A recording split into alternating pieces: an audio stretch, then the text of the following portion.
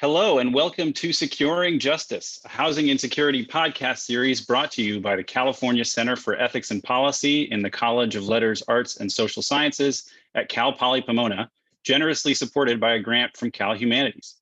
Today, we are pleased to bring you a panel discussion, Housing Justice from Trump to Biden.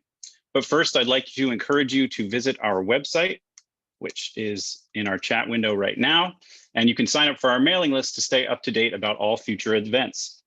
We are excited to offer a full lineup of events this spring, so please mark these dates down in your calendar now, and we will follow up with more details as soon as we have them and additional events that we're still planning. So Wednesday, February 24th, we're going to have this panel discussion about representing housing insecurity in art, film, and sound. On Wednesday, March 24th, we're going to have housing insecurity, affordable housing, and policy in LA. And then on Friday, April 23rd, we're going to discuss redlining, segregation, and wealth accumulation, in addition to other events that are still in the works. As I said, today our panel will discuss housing justice from Trump to Biden. The beginning of a new administration in Washington creates the potential for innovation and bold leadership throughout the federal government. This is especially true for departments and programs that are usually considered low-profile backwaters of the bureaucracy, but which could have a tangible impact on the most urgent issues of social inequity, such as the shortage of affordable housing, barriers to homeownership, the economic consequences of high housing costs on household income and asset building, and homelessness. With the transition from the Trump to the Biden administration, the role and efficacy of the Department of Housing and Urban Development, or HUD, as well as federal housing legislation, will be crucial in addressing the social inequities that result from California's shortage of affordable housing. Panelists today will discuss what Congress and HUD have and have not accomplished under the Trump administration, how this has impacted the housing insecure in Southern California, and what housing policies we can expect under and should demand from the Biden administration, with an emphasis on how these broader federal questions impact Southern California specifically. Today's esteemed panelists are Joan Ling from UCLA in urban planning and former director of the Community Corporation of Santa Monica, Christina Michalski, who's at California State Northridge, who's in philosophy and an activist with the LA Tenants Union and Democratic Socialists of America, Tom Safran, chairman of Tom Safran and Associates, a real estate development organization, and Joe Donlin, who is deputy director for Strategic Actions for a Just Economy, or SAGE. And today's event is going to be moderated by Professor Anthony Orlando at CPP in finance, real estate, and law. So on that note, I'm going to turn things over to Anthony. And I'd like to welcome everybody. Give everybody a virtual round of applause for showing up today. Thank you. You can't hear it, but people are applauding. Thanks, Alex. And thank you all for joining us. I think we have a really exciting panel with some diverse, interesting viewpoints today. So I want to jump right in. Since we're talking about moving from the Trump administration to the Biden administration, I want to kind of move chronologically. Let's start by talking about what we're just emerging out of. The Secretary of HUD under the Trump administration was Ben Carson. Now, I don't know about you, but I didn't hear much about Ben Carson in the news over the last 4 years. There was some other news happening at the same time, so maybe that makes sense. But maybe our panelists, and I'll open this to everyone, maybe our panelists could help enlighten for the rest of us, what did Ben Carson do?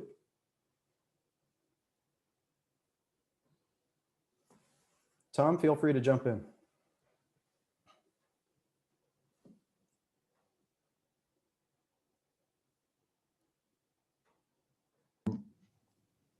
My apologies. Ben Carson didn't want HUD. Ben Carson wanted a different position, but those of you who are old enough to remember Ronald Reagan, he had one secretary for all 8 years, both terms. His name was Sam Pierce, and his job was similar to Ben Carson's job, and that was to be the Black representative on the cabinet. And 2 years into Ben Carson's position, I was honored at a dinner, and the speaker was the assistant secretary, unnamed, who you could find out, he was the Houston housing director and a Republican.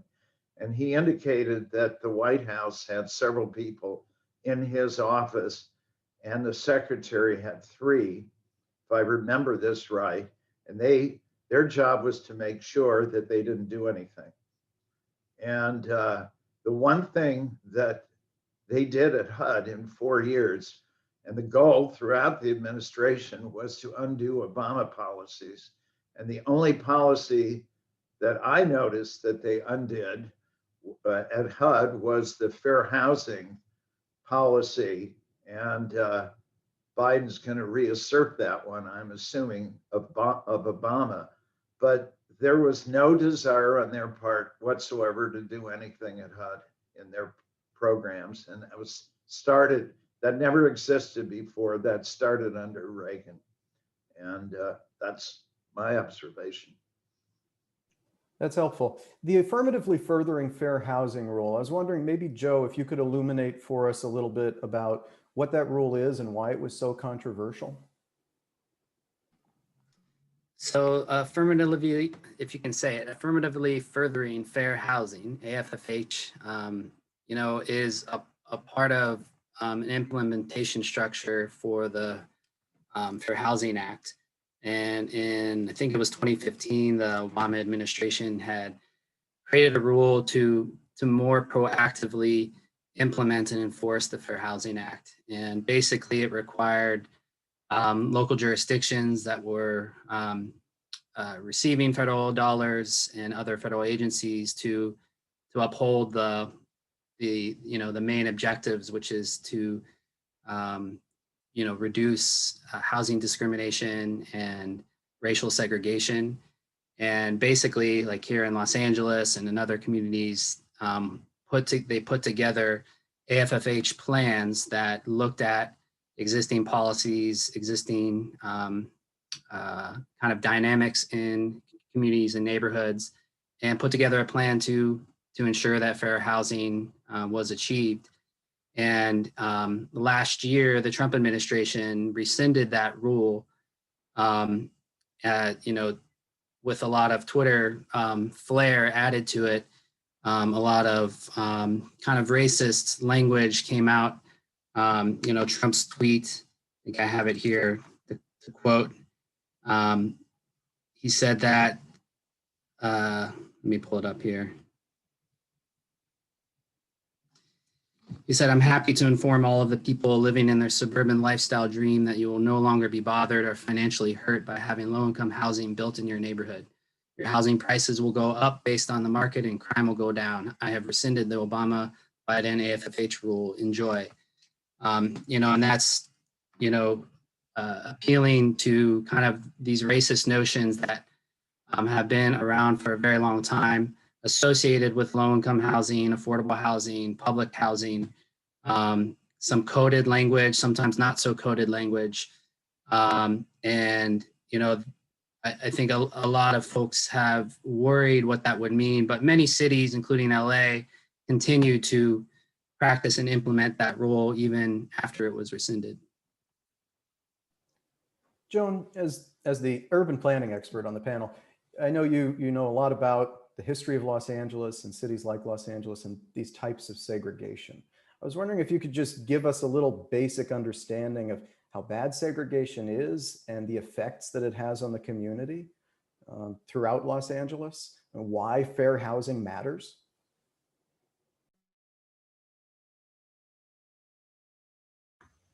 Yes, unmuting myself does help with the conversation. Yes, Los Angeles is considered one of the most segregated cities in the country.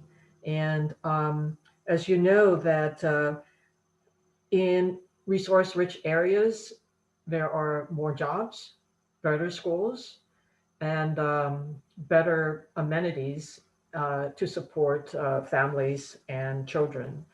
And the fact is that we have been building affordable housing primarily in distressed areas where these resources are fewer.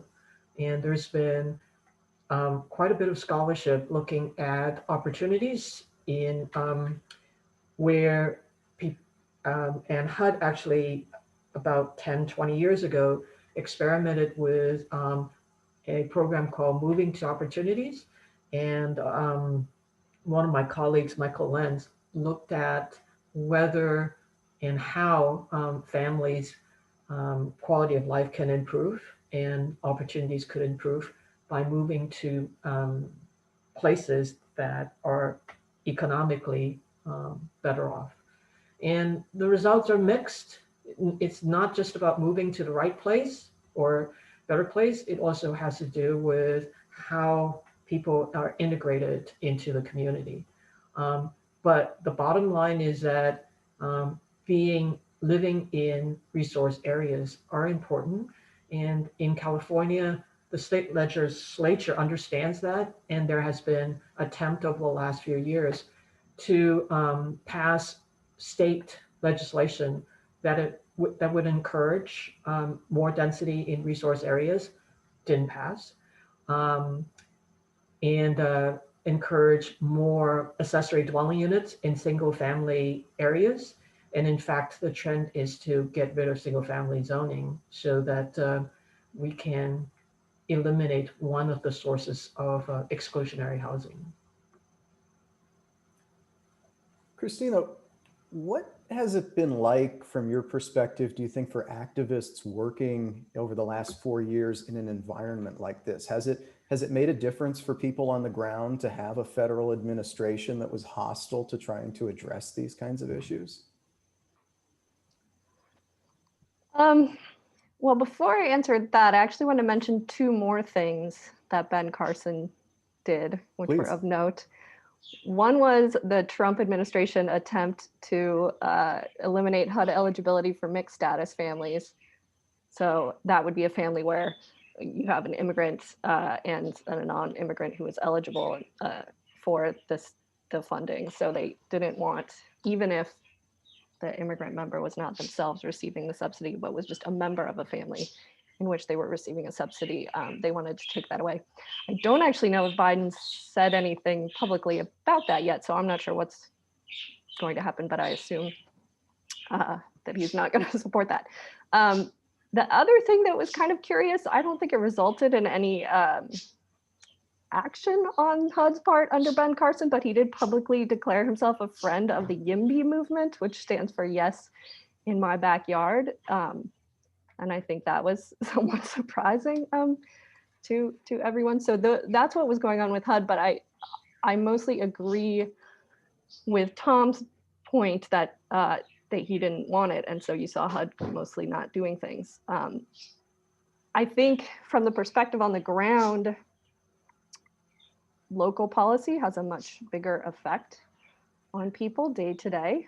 So in Los Angeles, there were the same people and the same conditions to fight against that we always had in terms of housing, which was a Democratic supermajority in the state legislature, and a largely Democratic city and other local, municipalities around within LA County. That makes sense.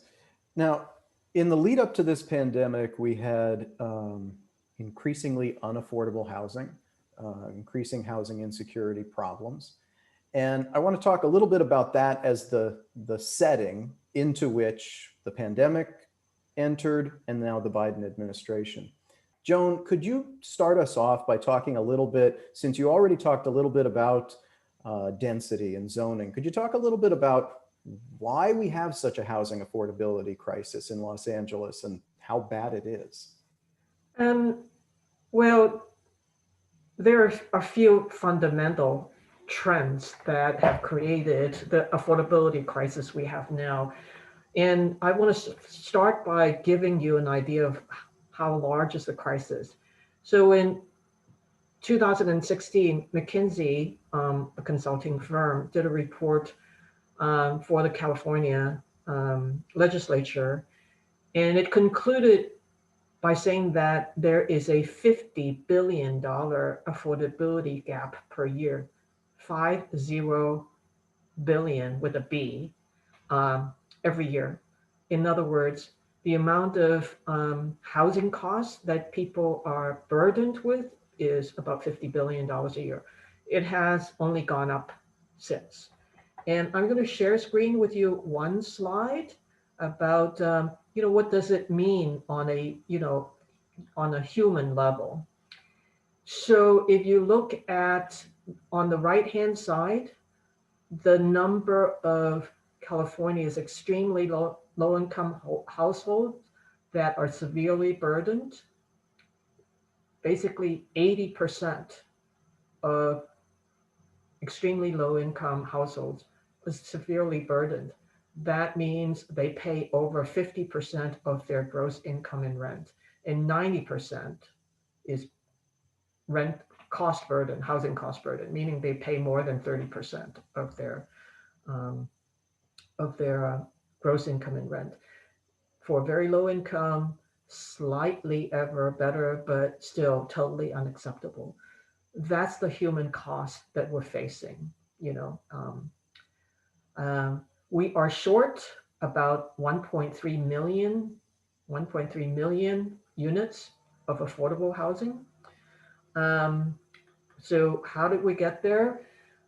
Local cities' reluctance to zone generously for middle income and low income housing over the last 4 or 5 decades.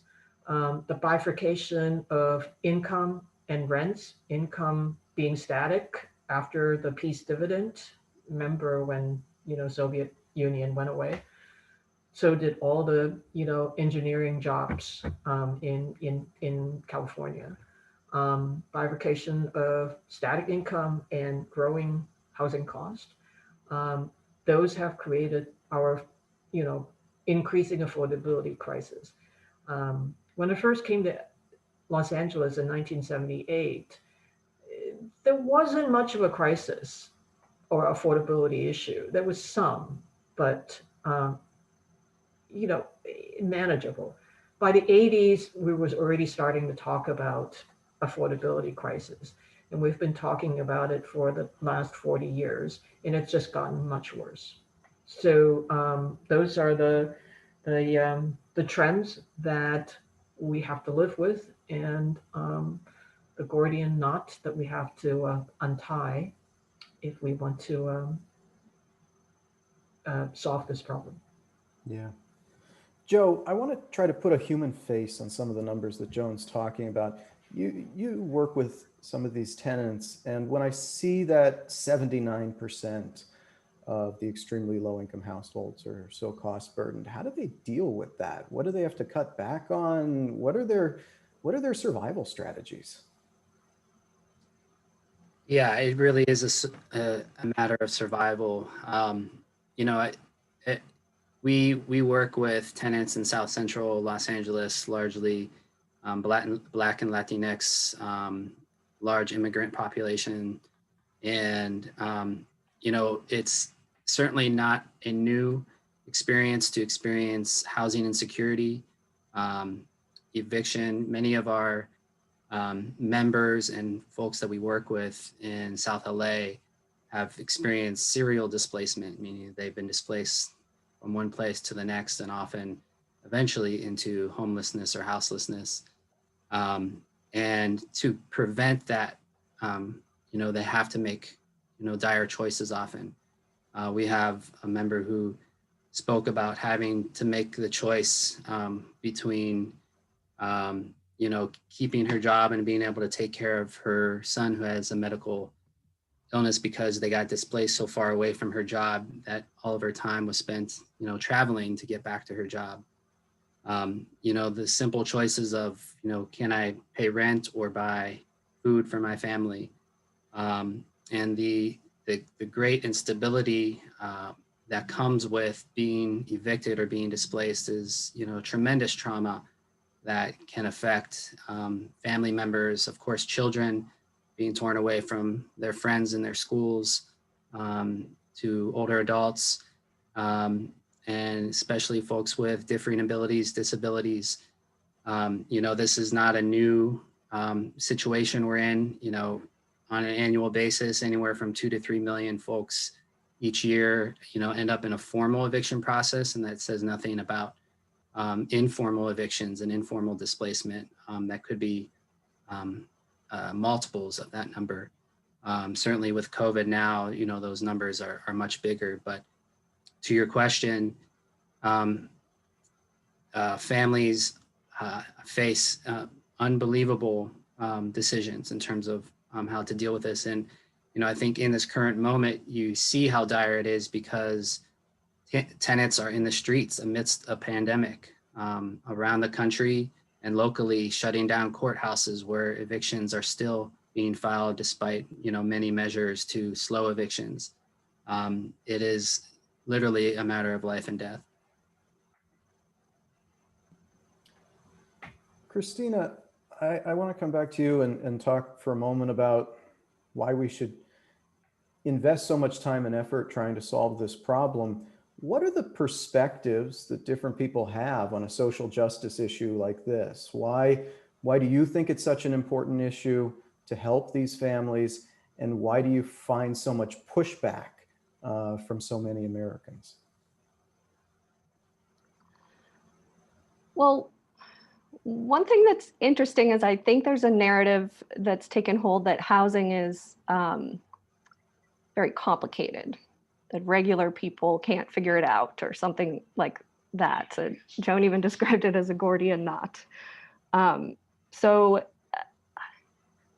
I think right now it's not really that most Americans are pushing back on helping people. I think, like, from my perspective, the most useful things are very popular. So rent control, I think, is effective and popular. It just happens to be mostly illegal in a lot of places because of a series of laws, not just in California, but then that got popular in other states that attempted to restrict rent control, the amount of rent control that local cities could pass. And that's led to a situation which now, over decades, people have sort of forgotten what kind of rent control can even exist because we've been without it for so long, or we've been in a situation in which it wasn't allowed. So in Los Angeles, the rent stabilization ordinance, only applies to buildings built before 1978.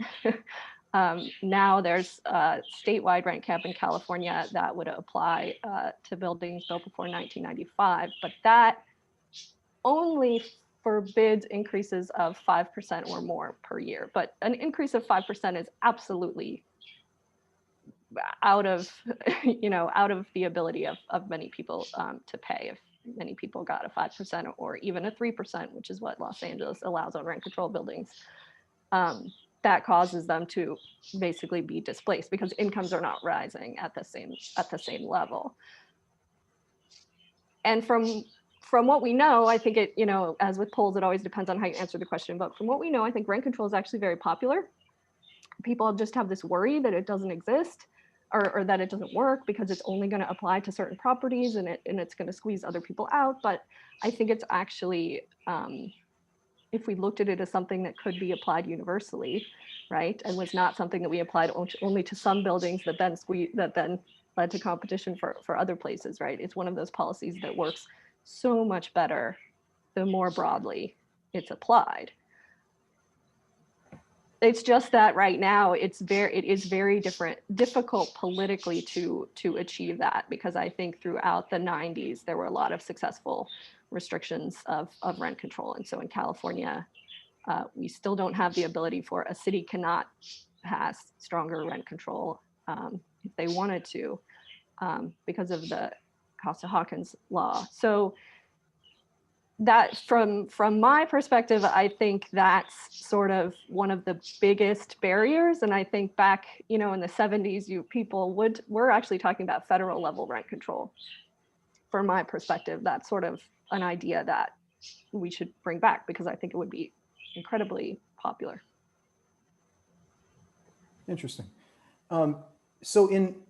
So those are some of the political constraints, and I think that's really helpful to frame it. And now to that, I want to layer on, if Tom can help us see a little bit of the constraints in the marketplace. I think this comes back to, Joan was talking about some of the challenges with developing affordable housing in a place like Los Angeles. You've done it. And so I'm curious, What's it like trying to develop affordable housing in a marketplace that's so challenging, and how expensive is it?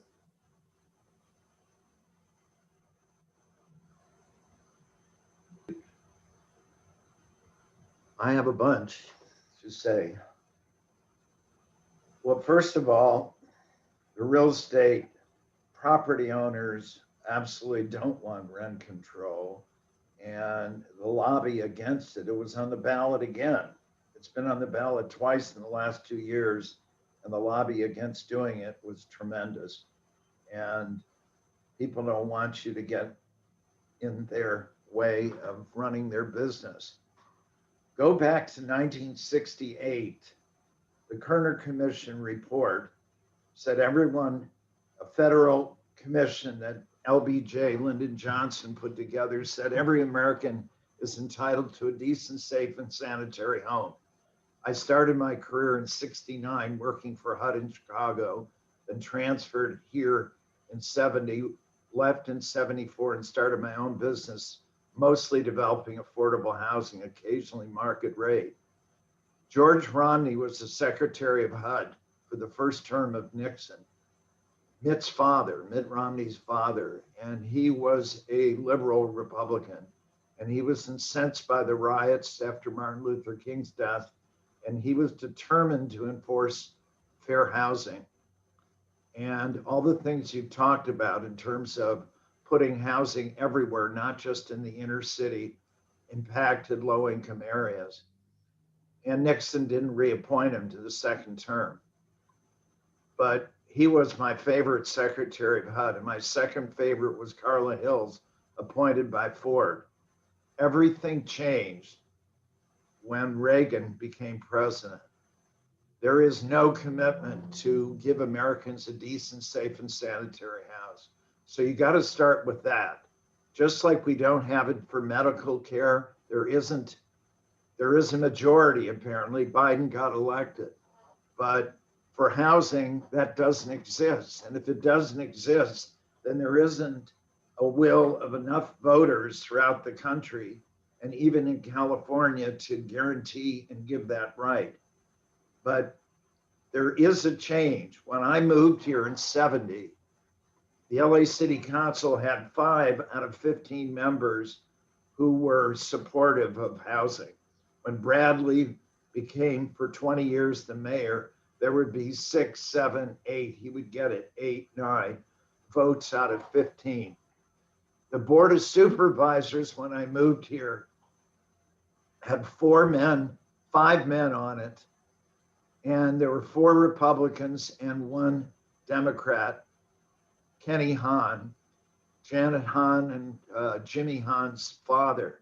He was pro affordable housing, a pro affirmative fair housing, but there weren't those votes. Now we have 4 Democrats, all women. What a change. And even the Republican is very reasonable in this department. And so you have 5 members of the 4 Democrats, 1 Republican. And in the city council, we have 14 Democrats and 1 Republican, John Lee in the Northwest Valley, who doesn't particularly want affordable housing. LA City is a strong council, weak mayor form of government. Every city council member, we have here Michael Wu, who could talk about that, but basically he was 2 terms, Michael, right? Was a city council member, and he was able to make things happen in his district. I did several projects while he was there. We have Mike Bonin representing my area, which is the area of LA City, south of the Mulholland and west of the 405. Mike is a lefty on the city council. And before he ran for a second term, he put up 3 city-owned sites for affordable housing owned by the city. His predecessor, Bill Rosendahl, who considered himself a lefty, didn't make that happen. He was afraid of the pushback from neighbors about making city sites available. I'm currently building on Bundy between Santa Monica, so West LA, the old West LA animal shelter. I'm doing 74 low-income family units. And we are trying to get funding for a project on the edge of Marina del Rey. So if you have a supportive city council member, you do it in these beautiful neighborhoods, of West LA. But what I said to Bill Rosendahl like 8-9 years ago, it isn't going to happen in upscale areas because people will take the land and use it for market rate condos or apartments. They're not going to use it unless the city makes land available, or the city, or somebody is as foolish as me. I took a West LA piece of property west of the 405, and it cost $10.5 million to buy it. And so this is a story I want to relate to. Why is it difficult and what's happened, what Joan talked about. The big thing that happened in California that makes it difficult is we have a California Environmental Quality Act, and it is used all the time to stop development, and particularly if neighbors don't want it. And I'll give a quick example. So Bill said, I've been in office 4 years and nobody's done affordable housing in my district. And I said, make land available. He said, well, come on, why don't you do it? And I got inspired and I bought this property. And I got neighborhood council approval for 178 unit, 5-story building for a senior project. I got to the planning commission. There were 6 neighbors who opposed it. One of them a litigating attorney. He appealed against the project. Michael, were you on the planning commission then? You might have been. I have a memory. You weren't. Okay. The planning commission by a 6-1 vote approved the 178 units. I got to the city council and there were now 10 neighbors opposed to it. And I agreed to compromise and reduce it to a 3, 4, 5-story, 155 unit building. And I got a unanimous vote from the city council. Within a week, I had a lawsuit filed against the city and myself on the California Environmental Quality Act. And in order to stop the lawsuit or settle it, I reduced the project to 3 and 4-story, 124 units. It still took me, which is another part of the story, 2.5 years from that date of settlement to get the funding to do this project. I have 10 projects trying to get funding. I have projects, I'm partners with the Gay and Lesbian Center in Hollywood on a project that's nearly completed. We sat with all of our approvals for 2 years without funding for the project. We didn't have any lawsuit and any opposition. So funding is a big problem. The Environmental Quality Act is a problem. Even where you have supportive cities and supportive city councils, et cetera, there isn't enough funding. But the last thing I want to say, a big change in affordable housing. When I described what it was like when I moved here, now we have the city council and the supervisors, the legislature, everyone's behind doing affordable housing. But you have people opposed to some of the methods that they're using, which is increasing the zoning. I live in an area in Brentwood in a single family house, a half a block from San Vicente. The legislation that they're proposing would increase the density that they could do multiple family housing and override local zoning. And that's at play now. Will they get the votes and will they get the government support of that? I think it's a sledgehammer that I think they could do other things to work with cities on zoning. So it's all of these things that we're talking about, not in my neighborhood, fighting projects and funding and zoning. But there really is a lot of zoning and availability throughout most communities in California. There just isn't enough funding or the political will on a particular city council. So there's my statement. Well, I want to thank all of you for that thoroughly depressing overview. Let's then focus on some things we can do about it. Now, what Tom has been talking about has been helpful, I think, to lay the groundwork for what the states and the cities are facing. And Christina helped us understand, especially from the state level. Joe, maybe we can talk now about what the feds can do about this, the Biden administration. You were talking earlier about tenants facing eviction and the challenges of being displaced through that. And we all know that that risk has gone up dramatically during the pandemic. If you were going to be Secretary of HUD, or if you had the incoming secretary's ear, what would you be saying is the way to deal with this eviction crisis, not only during the pandemic, but into the future? Because as you know, it's not something that just started during the pandemic. It's just that it's gotten worse.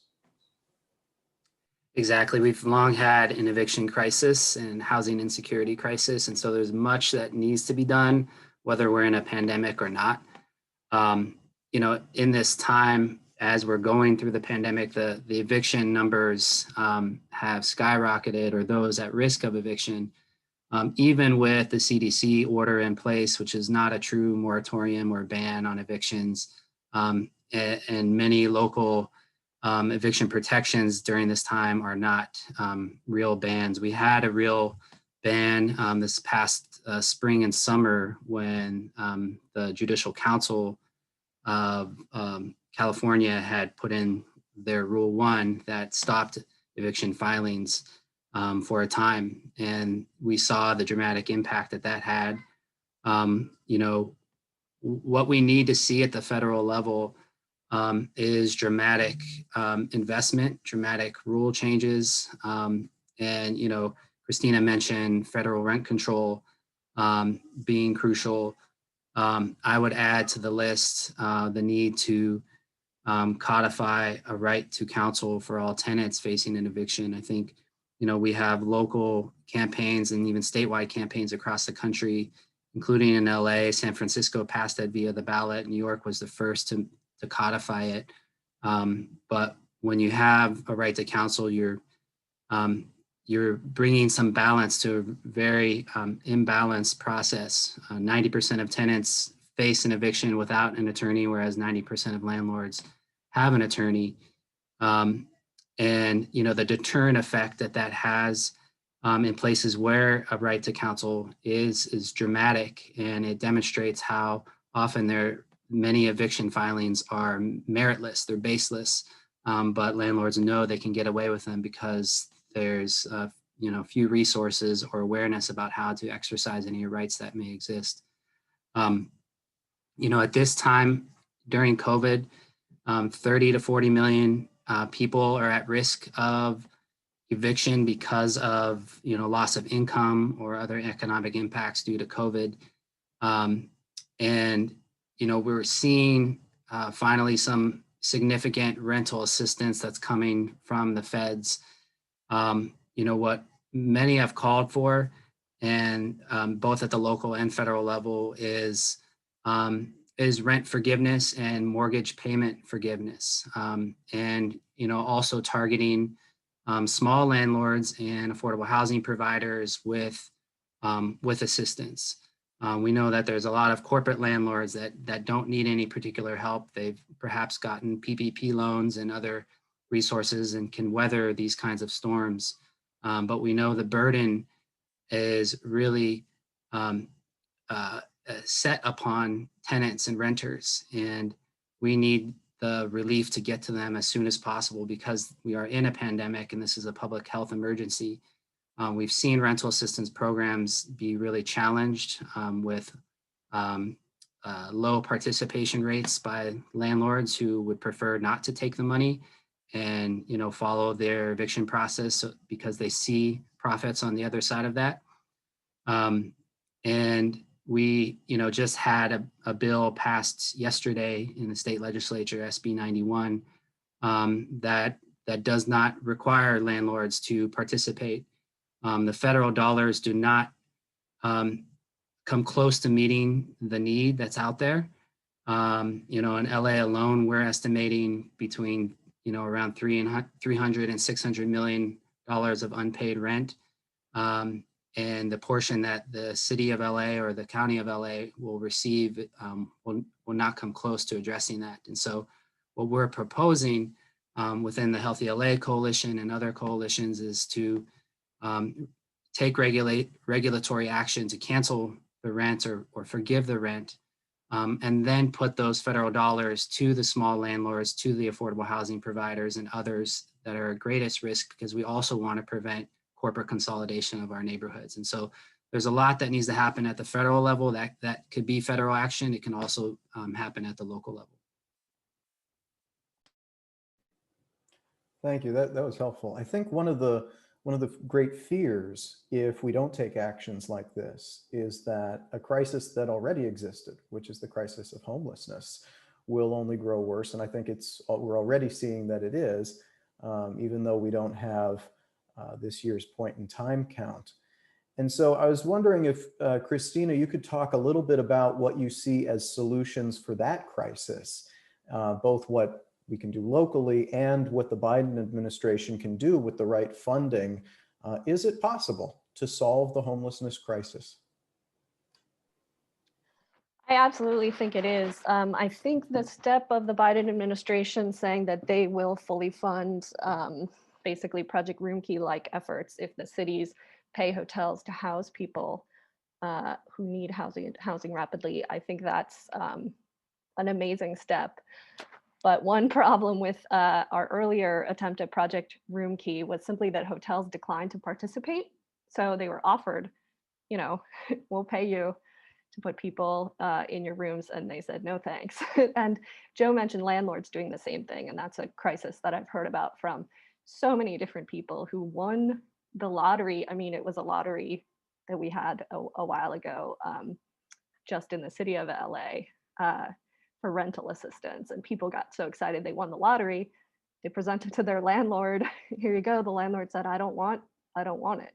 The money's not good if it comes from the government, because they do see the profits on the other side of it, and there are a lot of landlords taking advantage of people. So unless we have programs that require landlord participation or require hotel participation, I don't think we just won't get the numbers that we need to solve it. But if we did require those things, we absolutely could solve it. There are a lot of empty hotel rooms because tourism isn't happening. It's good for hotels to be paid when they wouldn't otherwise have guests. So it's not in any sense something I think you could worry about them going under, which some of them I wouldn't mind if they went under at this point, but even that isn't their complaint. So I think these policies need to be carefully thought about. We do need big federal investment in these things, but we also need to make sure we pair it with some reason for these places to participate, some requirement that they do that. If we did that, it would actually be easy to solve, I believe, even though it's a gigantic crisis and there are so many people in need of that assistance. It's also a global pandemic where there's absolutely almost zero tourism, although still somewhat, which is kind of strange, but there's so much empty space at the same time. So I think it's absolutely solvable. So I'd like to add some numbers to this, and I will share screen with you right now. Economic Roundtable published a report recently, and they used the unemployment and homelessness data from the years of the Great Recession, and they used the same, they used that those few years and used a regression to figure out and project in 2 years and 3 years to 2023, how bad homelessness might be as a result of the COVID recession that we are in, and that we are continue to go into. And as you can see, that the trend is pretty alarming. The projection is that we will more than double the number of homeless people. That's pretty scary. The other thing that I'd like to share with you is, where is it? Oh, here. Some numbers that I put together up here. So Biden in his campaign had said in his housing policy that he wants to make rentals housing voucher available to every eligible American household. And what does it mean in dollar terms? And is it realistic for us to hold him to account on that? First of all, by the way, we don't have a budget that's approved, but let's just, let's not worry about the details. But this is what is in the fiscal year 2021 proposed budget, which has not been approved yet. But the number of all federal rental subsidies, the number of households that these rental subsidies would assist is about 4.6 million households. The amount in the HUD budget that will go towards paying for all these vouchers is about $41 billion. We know that only about a quarter of eligible households, rental households, are currently assisted by federal affordable housing programs. So if you do the calculations, to cover all eligible renters, the additional amount that's needed is $124 billion a year. The additional amount that needs to be covered to help all eligible renter households is about $124 billion a year. Is it realistic for the Biden administration to meet this amount? Well, the federal budget is almost $5 trillion. But the thing is that only $1.5 trillion is discretionary.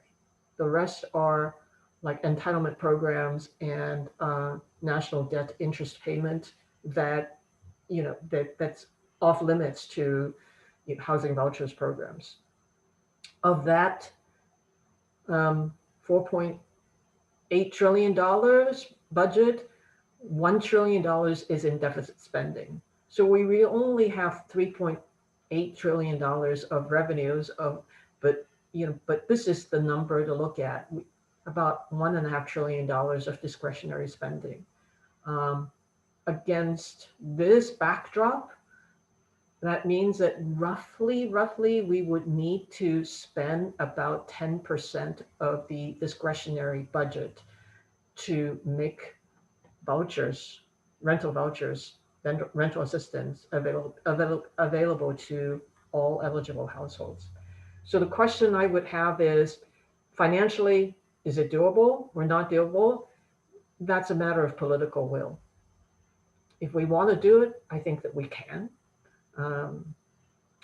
Can we do it in the current Congress and administration?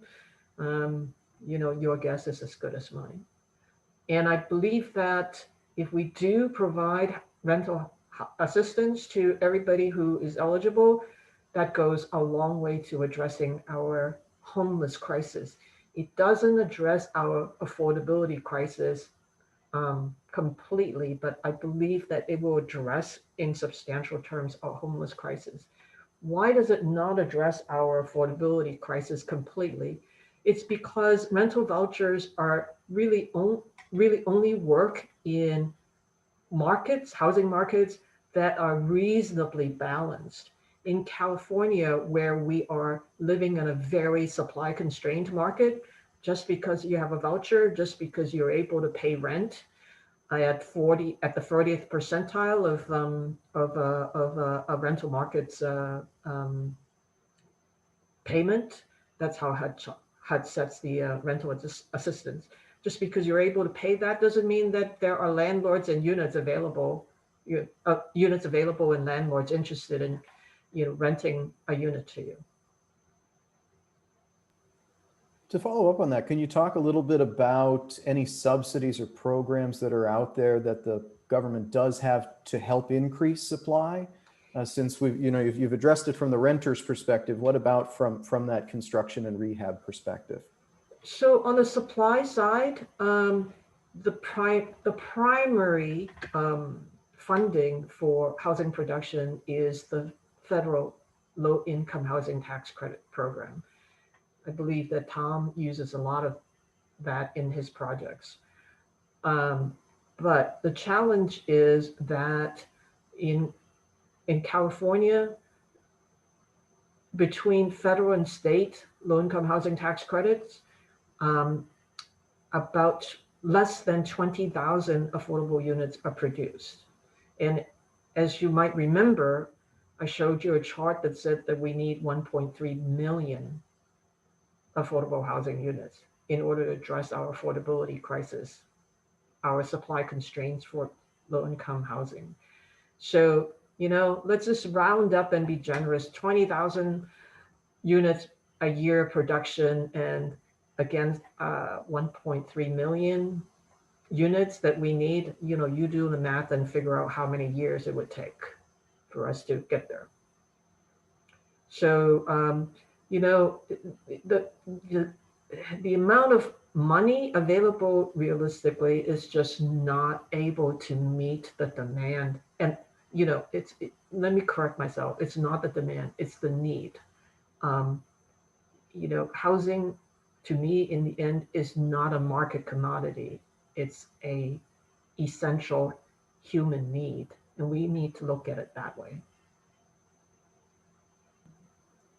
Christina, can you be the philosophy professor in the room for a moment? Can I throw the question to you, why is housing a human right? I mean, I get asked that question as a real estate professor, but I know my answer is not as good as yours. So I think it'd be helpful for the audience.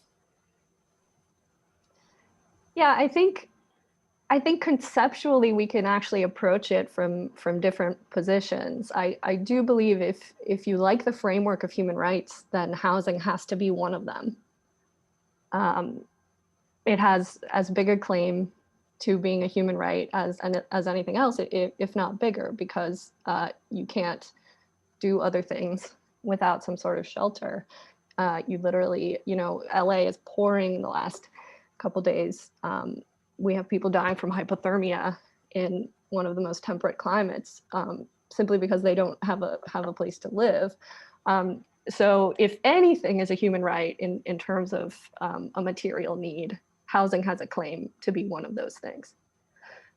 But I don't think you even need the perspective of human rights. You can also look at it in terms of equity or just equality in general. You can look at it as, do you want to live in a society in which we all feel that we owe each other something and we relate to each other as equals, and the basic precondition for that kind of relation, which I think we would need to even have a democracy or to fulfill any of our ideals. A basic precondition of that is that, you're dry and healthy and fed and you have a place to sleep. So I think you can also look at it in those terms, which would give you the same sort of conceptual underpinning for it. I wanted to just point out that subsidies to private landlords and even low-income tax credits are relatively expensive and inefficient compared to directly providing the housing. And that's something that we really don't do that much in the United States, is have the government just directly provide the housing, old-fashioned public housing. But I also just want to point out too how much this is even worse on the West Coast. So you have so little public housing available on the West Coast and especially in Southern California and in LA compared to other cities in the US, which it's not like they have a lot. but we have so much less per capita out here in the Los Angeles area of just straight public housing. And that's a relatively inexpensive way to do things because, as Joanne pointed out, when you give a subsidy to a landlord, you're at the mercy of what the market is charging for the rent. Whereas if you're directly providing the thing that people need, even if you're only providing some of it as a baseline for the very low income people, it's really, really important to fill that gap. And so to me, that's the most efficient means of increasing supply of low income housing. Can I ask a quick follow up, and then I want to come over to Tom. Anthony, I'd like to follow up with Christina's comment about, please. So I'm going to share a screen with you again. So here in Singapore, the city-state has built well over 1 million flats over the last 4 to 5 decades, and they're sold at subsidized prices to citizens, residents on 99-year lease. So it can be done, that we could be, building, I'm agnostic whether we build it for rent or for sale. I tend to believe that housing should be community owned, but Singapore has a model that has worked well in that city-state. Denmark, 43% of all rental housing is social housing owned by nonprofits and public entities. So, they don't have the kind of stigma that public housing has in this country. So the point I want to make is that public housing, social housing, whatever you want to call it, can be done, and it can be done in a, it can be done with good design, healthy, in a healthy environment, with equity and justice. And those are the examples that we should be following, and not be fighting over dollar and cents about, whether people deserve the housing or not. Tom, you wanted to jump in. Did you still have something to add to this? Yes. I started my career, as I said, in '69 in Chicago, and I spent a month at a 4,500 unit high-rise complex in the near west side of Chicago. I interned there. Public housing in many parts of the country were failures, and it was particularly failures when the costs were dramatically controlled and people did real dense housing in order to, or government agencies, housing authorities did dense housing in order to get more units. California, those who know where Chavez Ravine is, which is Dodger Stadium, that was acquired by the city housing authority in which to build high-rise public housing. And in '52, there was a proposition on the ballot which became Article 34, which required all communities to have votes to build publicly owned housing. And that stopped. That's why California has so little public housing. And I think, fortunately, Chavez Ravine wasn't built with high-rise public housing. You go to St. Louis, you go to Chicago, most of it's been torn down. Government employees, I'm sorry, don't belong in managing and owning and operating housing. I don't believe that. I think it's a failure. It's been a failure in most parts of the country. Even in New York, where it's more successful, they don't have the money to manage the housing. We don't have the political will in this country to give everyone a decent, safe, and sanitary housing. We haven't had the will. We did have it as a government commission, as I said, in 68. But so be careful when you want to have government owned and operated. I don't think it's efficient in the numbers. I can't do that comparison. But we got to be careful with that. So that's why the government developed in 68 the 236 program for multifamily rental housing. And then they came up with the Section 8 in 1974. And then Reagan came in, and what did he do? He killed the Section 8 program for any new construction and substantial rehab. And then in 86, we got the federal tax credit program. And what's amazing is that program is supported by Democrats and Republicans. And that's why it's kept going in spite of different administrations. It all gets down to, you said it's a political, you believe that housing, I'm talking Christina, your comment, and I 100% agree with you. It is a right. I agree with that for medical, that both of those we should make a right. We have a difference with this administration, but he's got to tread very carefully in how much money they try for and how big of a program we create. And that's to be determined, and it's going to be fought over. The vote in the legislatures are 50-50 in the Senate, and Nancy Pelosi only has a few votes in the House, and I hope that what you talk about, what Joan pointed out, all of that volume isn't going to happen. So another way it could happen, if their cities would say, you can't build a project without a percentage of affordable housing. Tom Bradley pushed that in the mid 70s, 77, 15%. It started in the early 70s. There were 5 votes in the city council for that in the early 70s.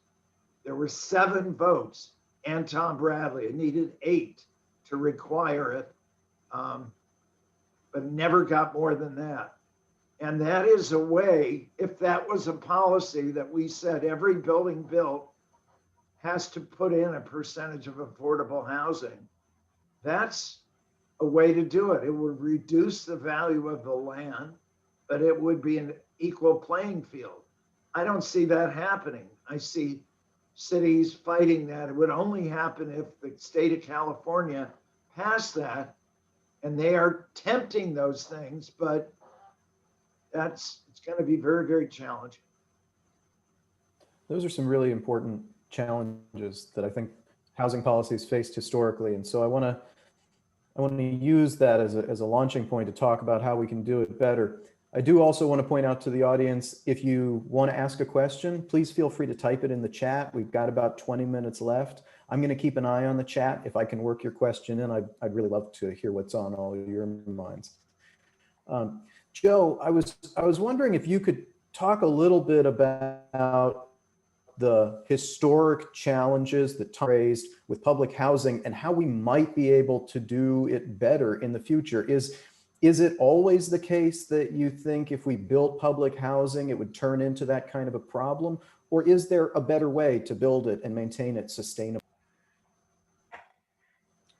Yeah, I appreciate that. And I think to answer an earlier question you asked, how did we get here in terms of our housing crisis? Another way to answer that is that we've ended up in a system that has increasingly commodified our housing. It's created real estate as a primary store of wealth for capital, both domestic and international. And so that has really driven much of what we're seeing in terms of the economics of housing affordability. And I think to the points earlier made around public housing and social housing, I think there are a lot of things that many of us could agree that could be improved in terms of how public housing has been done in the United States. And certainly there's not one singular ownership or operational model that would need to be followed, as Joan mentioned. And One of the international examples, there are nonprofits that manage social housing in other countries, and so there's different ways to approach it. But with significant federal investment, local and state programs can be established. And that focus on quality that Joan mentioned is really key, because of course we want a significant investment, and we want that investment to last for generations. And so this should be very high quality housing that is very accessible and affordable, but also could be mixed income. As other social housing programs are done around the world, that those higher rents, of course, help subsidize the lower rents. And, that focus on quality is essential. We do have some barriers in front of us at the federal level. We have the Faircloth Amendment that needs to be repealed, that essentially puts a limit on the number of public housing units that can be in a given area, held at, I think, the 1999 baseline levels. And that just stands in the way of so much opportunity in terms of investing in social housing. But even with that, tremendous investment can be done. And at the local level, I'll just add that there's, in LA is a great example. There's a great opportunity to be thinking regionally and thinking comprehensively. We don't have a singular regional body that can help pull together land, assemble land, and drive the economies of scale that can come with that reach. And that's a tremendous opportunity in front of us. There actually is a lot of public land available across local, state, regional school districts and so forth, that can be utilized, pulled together, and reach thousands of units on an annual basis. And so there's a lot that can be done there. When we have a chance, I won't take up time right now, but I do want to come back to some of the federal legislation around land use.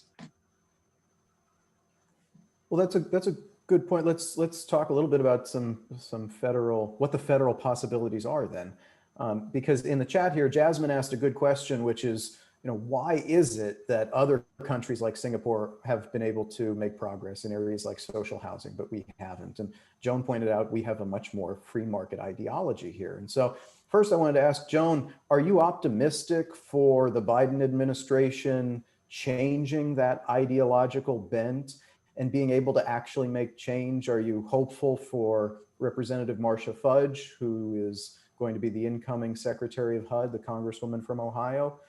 What do you, maybe give us a little optimism. What do you think the future holds? Should I just pass? Because I don't want to be a downer. No, we like honesty here. I think that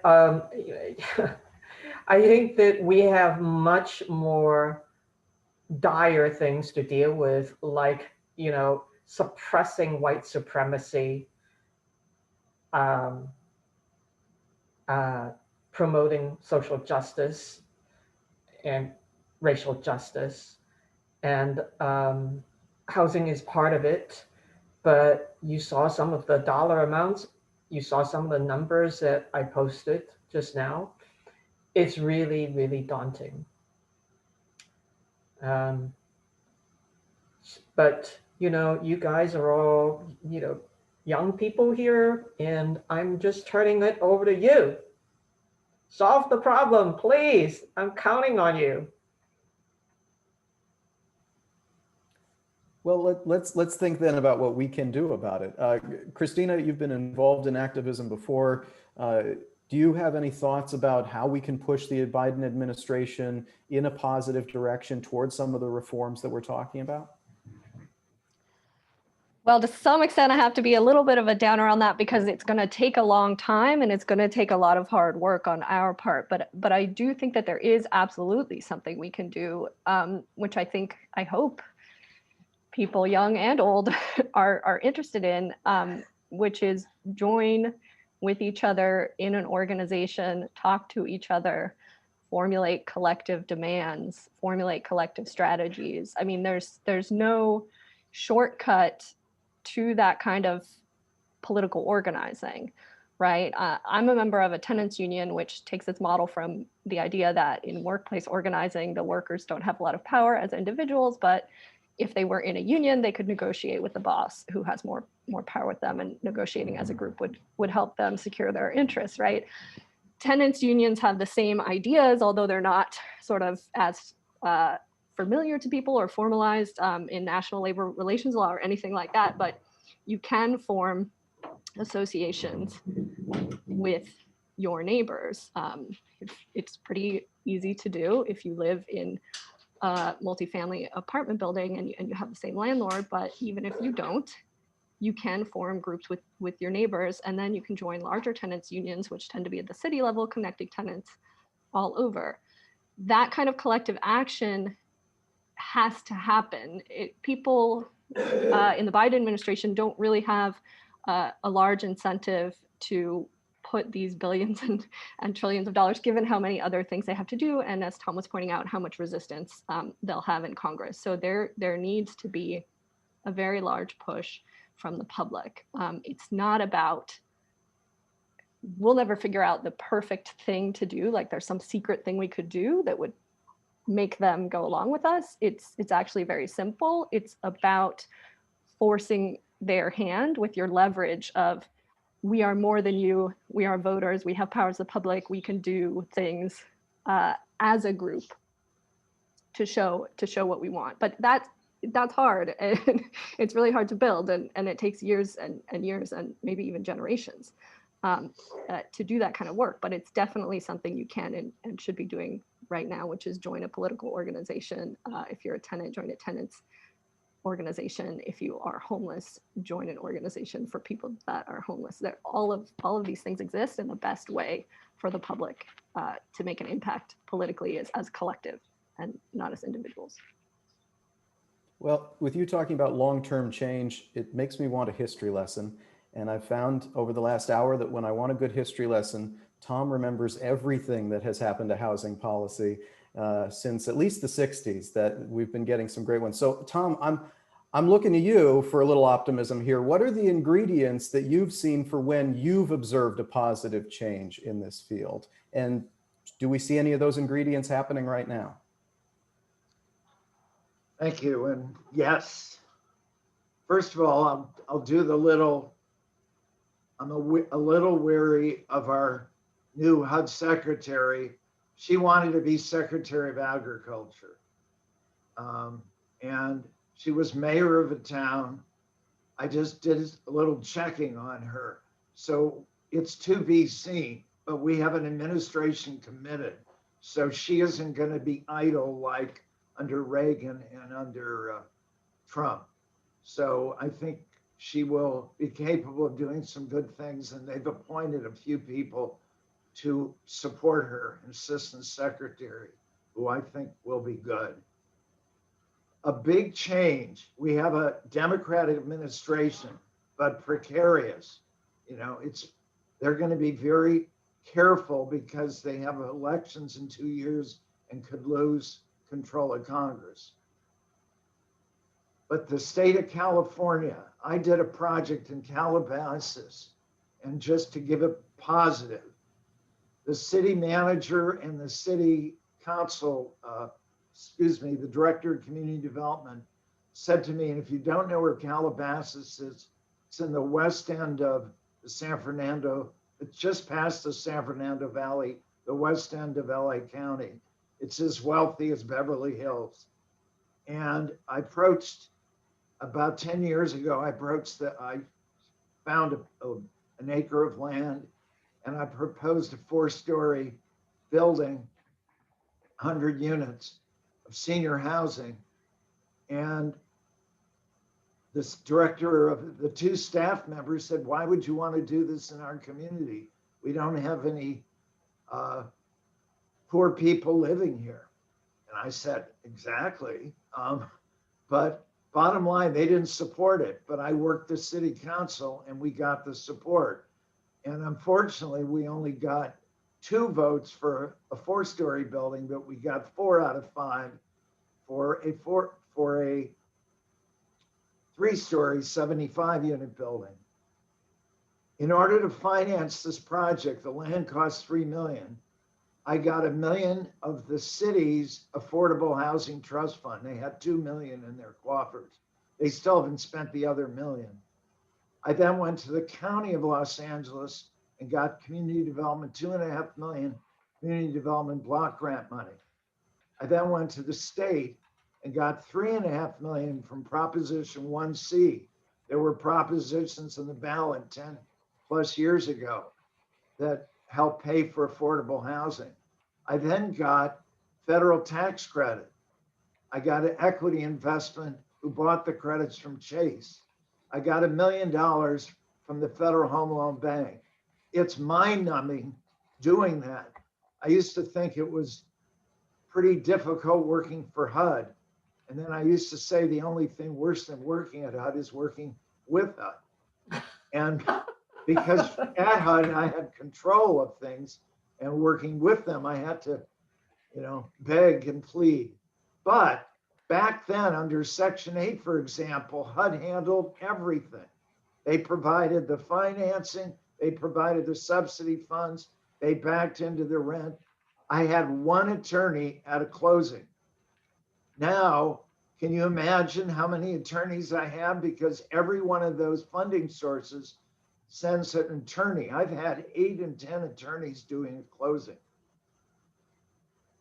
But what's so positive is state, local, county, city are all involved. And now we have an administration on a federal level that is committed to this program. So we have all levels of government here in California where we live that are maybe not in your community.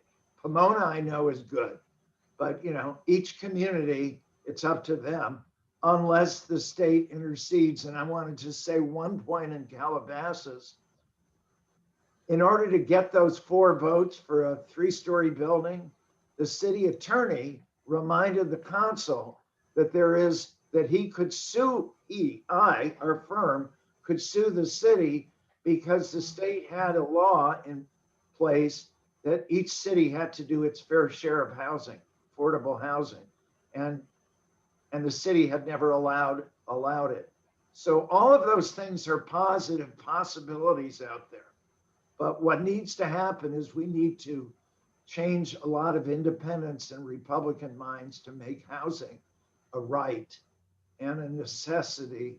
And that needs to happen on a federal level and city by city, state by state.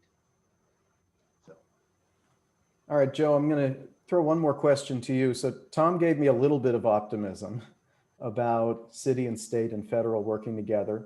And he's talking specifically about HUD. You had mentioned legislation. Do you think there's room to be optimistic about how Congress might be able to contribute to this? Well, I've addressed it on the federal, state, and local level. There is land use reform. Land use prerogative is usually vested in local cities. But for the first time, really, the federal government is talking about putting some financial carrots and sticks to encourage local jurisdictions to do the right thing on land use issues. So that's a change. That is actually a very meaningful change in how the federal government is looking at this. On the state level, I do feel a certain amount of optimism because in the last few years, the state legislature has made a lot of effort to do land use reform. So, for example, CEQA, the California Environmental Quality Act, for affordable housing, that there are exemptions and protections now in place that would allow affordable housing projects to move forward without the kind of bogus law, generating kind of bogus lawsuit that Tom mentioned that he encountered and I encountered in the past. without going into details, it's like a backdoor way of protecting affordable housing, but I'll take anything that works. And I think that there are attempts to densify in the right places and while protecting tenants and existing affordable housing. So those are all very positive. On the local level, it's really hit and miss. I have to do a shout out to LA City. I think that they have been leaders in trying to solve the affordable housing crisis through land use reform. For example, Measure JJJ, which was passed, I think, 3-4 years ago. And yeah, but LA County, if you're only talking about LA County itself, LA County has 88 cities. And if one city is doing the right thing, or maybe, okay, so I'll count Santa Monica in there too, and maybe West Hollywood. We still have a lot of cities that are just sitting on their hands because it's a losing proposition for the elected to change the rules in order to create more inclusionary housing, more density, change the way people live and work. And that's why I pretty much have given up on working on these issues on a local level.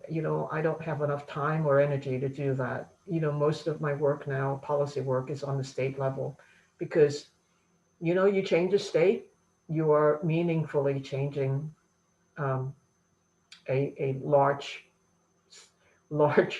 swath of the geography and the population. That is the crux of the problem, isn't it? Well, we're near the end of time, and I always like to at least give everyone a minute or two back at the end. So I'm going to call it here, even though I could keep talking with you all for a long time.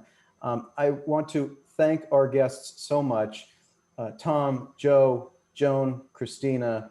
I thought this was a fantastic conversation. I learned a lot. I think our audience did. I think you underscored something important, which is that even if we all don't necessarily agree on exactly the right course, because these are difficult issues, all four of you come to this with incredible passion and compassion. And I think that housing policy would be in a better place if that was reflected in the leadership.